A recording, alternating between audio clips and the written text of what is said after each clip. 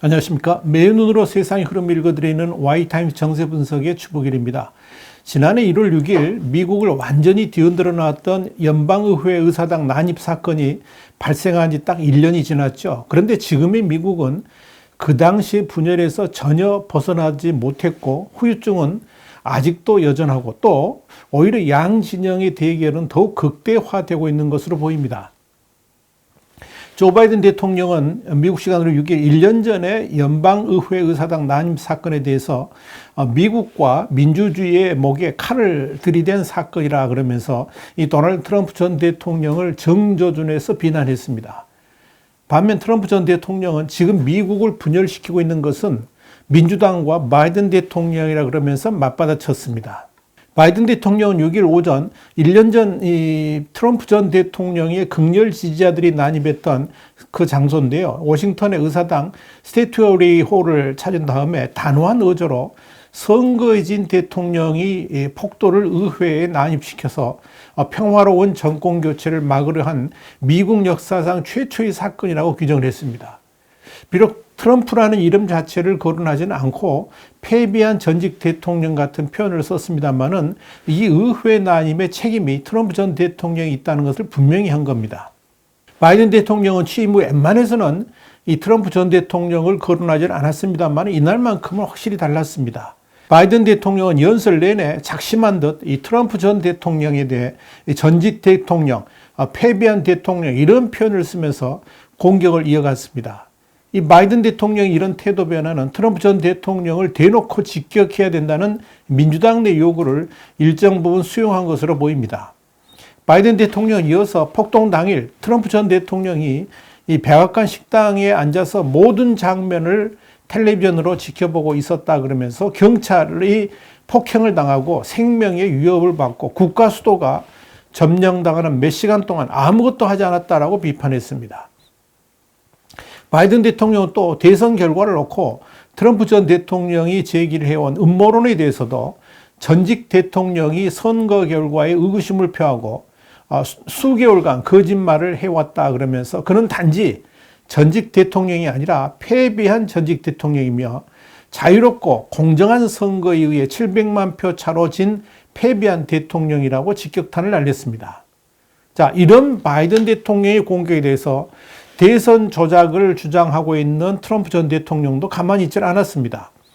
트럼프 전 대통령은 바이든 연설 직후에 성명을 통해서 민주당이 공포를 부추기고 미국을 분열시키려 한다 그러면서 이 바이든 자신이 실패했다는 사실로부터 시선을 돌리기 위한 정치극이고 1월 6일을 맞아서 진행되는 모든 행사가 바이든 대통령의 정치쇼라고 규정을 했습니다.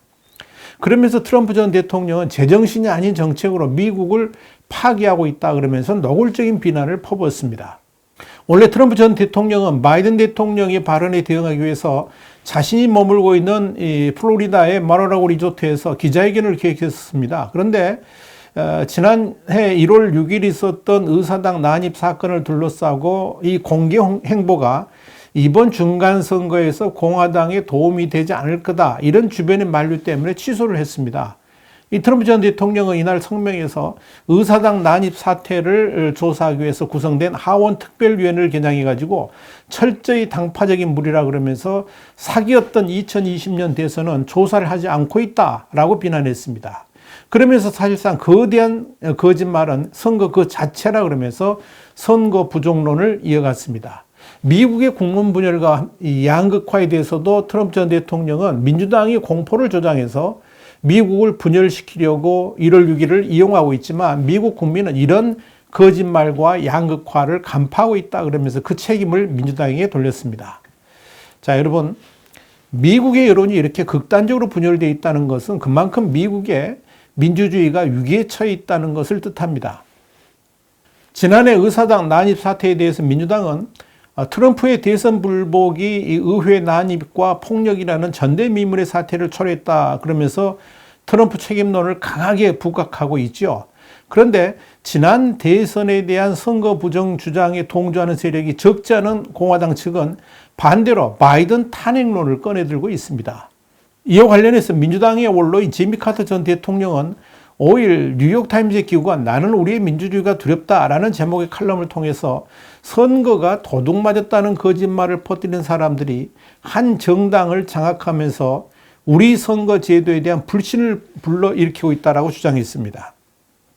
그러면서 카터 전 대통령은 나는 우리가 세계적으로 그토록 열심히 싸운 것, 즉 힘센 정치인들에게 방해받지 않고 자유롭고 공정한 선거를 할 권리가 위험할 정도로 취약해졌다는 것이 두렵다라고 썼습니다. 반면에 테드 크루즈 공화당 상원의원은 오는 11월 중간선거에서 공화당의 승리에 하원 과반을 차지하게 되면 바이든 대통령이 탄핵을 추진할 수도 있다 그렇게 말하면서 바이든 탄핵론에 불을 붙였습니다. 과거 트럼프 대통령 시절에 민주당이 하원 과반을 차지했을 때 탄핵을 정치적 무기로 사용해서 트럼프 전 대통령을 압박했던 것을 지적하는 겁니다. 그러면서 그와 유사한 상황이 생길 수 있다는 취지로 발언한 거죠. 크루즈 의원은 이날 탄핵을 검토할 여러 가지 근거가 있다 그러면서 바이든 대통령의 친이민 정책 및 허술한 국경 관리 등을 이유로 꼽았습니다. 이렇게 극과 극의 대립이 지금 미국에서 벌어지고 있다는 것은 그만큼 미국의 민주주의가 위기에 처해 있다는 것을 의미하죠. 공화당 내에서 이렇게 바이든 탄핵론을 꺼내들면서 거세게 이 바이든 정부를 몰아붙이는 것은 그만큼 다가오는 중간선거에서 승리할 가능성이 높기 때문이고 그 배경에 트럼프 전 대통령이 기세등등하게 버티고 있어서 그런 겁니다. 그렇다면 바이든 대통령이 패배한 대통령으로 지칭하는 트럼프 전 대통령이 왜 이렇게 기세가 등등할까요? 한마디로 믿는 구석이 있기 때문에 그런 거죠. 우선 지난해 말에 발표됐던 여론조사를 보니까요. 이 공화당 지지자의 71%가 바이든 대통령 당선에 대해서 아직도 의문을 제기하고 있습니다. 그러면서 지난 대선을 부정선거로 생각하고 있다라고 응답한 겁니다. 또 공화당 지지자의 80%는 의회 난입을 폭동이 아니라 항의로 규정을 했습니다. 지난 4일 발표한 AP통신의 여론조사도 보니까 이 트럼프가 의회 난입 사건에 전반적으로 또 조금이라도 책임이 있다 이런 문항에 대해서 공화당 지지자의 22%만 그렇다라고 응답했습니다. 무당파의 51%, 민주당 성향 응답자의 87%가 그렇다라고 답한 것과는 상당한 차이가 있습니다. 이런 여론조사 결과는 미국이 지난 대선 이후 얼마나 분열되어 있고 또 공화당 지지자들의 바이든 정부에 대한 부정적 견해가 너무나도 심각하다는 것을 여실히 보여줍니다. 바이든 대통령 6일 발언에서 정치적 폭력을 표준으로 삼는 나라가 될 것인가, 당파적 선거 당국자들이 국민의 법적인 의사를 뒤집는 나라가 될 것인가 그러면서 미국이 이를 거부하고 진실을 향해 나아가고 민주주의를 회복해야 된다라고 강력하게 반문하고 나선 것도 미국 내에 아직도 이렇게 강력하게 남아있는 지난 대선의 부정선거론을 의식한 것으로 보입니다. 반면 트럼프 전 대통령은 이런 공화당 지지자들의 견해에 적극 부응하는 모습을 보여줍니다.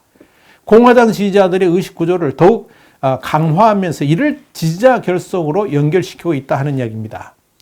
지난 6일 미국의 뉴욕타임스는 1년 전 공화당 내 친트럼프 상하원 의원들은 트럼프에게 의사당 난입 사건에 책임이 있다 그러면서 분명하게 선을 그었다는 거죠. 그렇게 선을 그으면서 그의 정치적 생명이 끝나간다고 얘기는 했지만 작년 한 해 상황은 정반대로 트럼프 전 대통령의 공화당 장악력은 타의 추정을 불허하고 있다라고 평가를 했습니다.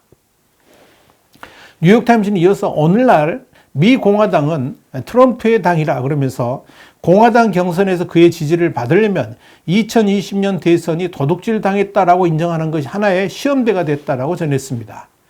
워싱턴 포스트도 지난 12월 16일 공화당 정치인들이나 이 보수 단체들이 말하라고 해서 모금 행사를 여는 특권을 누리려고 트럼프에게 몰려가고 있다 그러면서 12월 중순까지 말하라고 해서 개최된 공화당 행사 건수만 30건인데 어느 해보다 많았다라고 보도를 했습니다.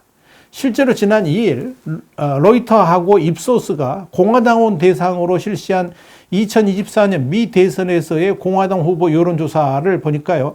54%가 트럼프를 지목했습니다. 그리고 론 디샌티스 플로리다 주지사는 한참 떨어진 11%, 마이크 펜스 전 부통령은 8%, 니키 헬리 전 유엔 대사는 4%에 그쳤습니다. 상황이 이렇다 보니까 트럼프가 기세등등할 수밖에 없죠. 그래서 뉴욕타임스의 분석대로 트럼프하고 거리를 뒀던 공화당 연방 의원들이 속속 다시 트럼프 품으로 되돌아가고 있는 겁니다. 1년 전 의사당 난입 사건 이후에 대선 결과 인정을 지연하는 것은 매우 나쁜 생각이라 그러면서 선거 부정 주장과는 거리를 두었던 린지 그레이엄 상원 의원도 다시 트럼프 품으로 돌아가서 작년 내내 트럼프의 골프 친구가 됐습니다. 심지어 지난해 1월 13일 의사당 난입 사태의 트럼프 책임론을 주장했던 케빈 맥카시 당시 하원 공화당 대표도 이젠 공공연하게 트럼프 대통령의 오늘날 인기는 사상 최고이고 그의 지지는 어느 누구의 지지보다 강력하다라고 말했습니다. 이렇게 공화당 의원들이 너도나도 친트럼프를 공개적으로 표명한 것은 이 공화당 당원들의 강력한 트럼프 지지 여론과 무관치 않습니다. 이런 현상에 대해서 애틀랜틱 monthly는 2일 이런 보도를 했습니다. 미국 중간선거는 사실상 트럼프에 대한 찬반 국민투표가 됐다라고 평을 한 겁니다. 이러다 보니까 공화당 내의 경선 자체가 사실상 트럼프에 대한 신임 여부를 묻는 이벤트로 흘러가고 있다고 해도 과언이 아닐 겁니다. 이미 40여 명이 트럼프 지지를 선언했습니다.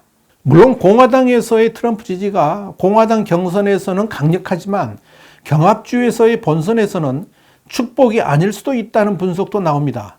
민주당 지지자 및 무당파의 반트럼프 여론도 만만치 않기 때문에 그렇습니다. 이에 대해서 애틀랜틱 monthly는 2일 이런 보도를 했습니다. 공화당 소속이면서 반트럼프 인사인 레리 호건 메릴랜드 주지사의 말을 인용해가지고 공화당에 대해서 가장 우려하는 것은 가장 트럼프스러운, 그러니까 트럼피한 후보가 당선 가능성이 가장 낮을 수 있다라고 전한 겁니다. 여러분, 그렇다면 다가오는 2024년 대선은 어떻게 펼쳐질까요? 일단 공화당 내 대선 후보는 트럼프로 굳어질 가능성이 높습니다. 그래서 트럼프 측은 이번 중간선거를 2024년의 대선 승리를 위한 확실한 징검다리로 삼으려고 합니다. 그래서 중간선거를 위한 당내 경선에 트럼프 지지 후보들을 대거 내세우려고 하고 있는 겁니다. 또 이들이 본선에서 좋은 결과를 낼 수 있도록 트럼프 측은 대대적 지원도 하려고 합니다. 이런 차원에서 애틀랜틱은 트럼프 키즈들이 경선과 본선에서 이긴다면 트럼프는 현직 대통령인 조 바이든보다도 더 강한 입지를 가지고 2024년 대선에 거침없이 나아갈 수 있다고 전망한 겁니다. 그러나 트럼프가 재출마하면 승리할 수 있느냐 하는 건 또 다른 문제입니다. 지난해 11월에 실시한 트럼프 대 바이든 가상 대결 여론조사에서 트럼프는 공화당 성향 응답자군에서는 73%대 10%로 압도를 했습니다만은 무당파에서는 31대 34, 민주당 성향에서는 7%대 78%로 바이든에게 밀렸습니다. 또 같은 조사에서 무당파의 73%가 또 공화당에서도 40%가 그의 재출마를 원치 않는다라고 답했습니다. 이른바 트럼프 피로 증후군이 확실하게 드러난 겁니다. 결론적으로 과연 2024년에 바이든 대 트럼프의 전현직 대통령 간 대결이 성사될 수 있을 것인가의 문제는 아직은 모른다라고 말하는 것이 맞을 겁니다.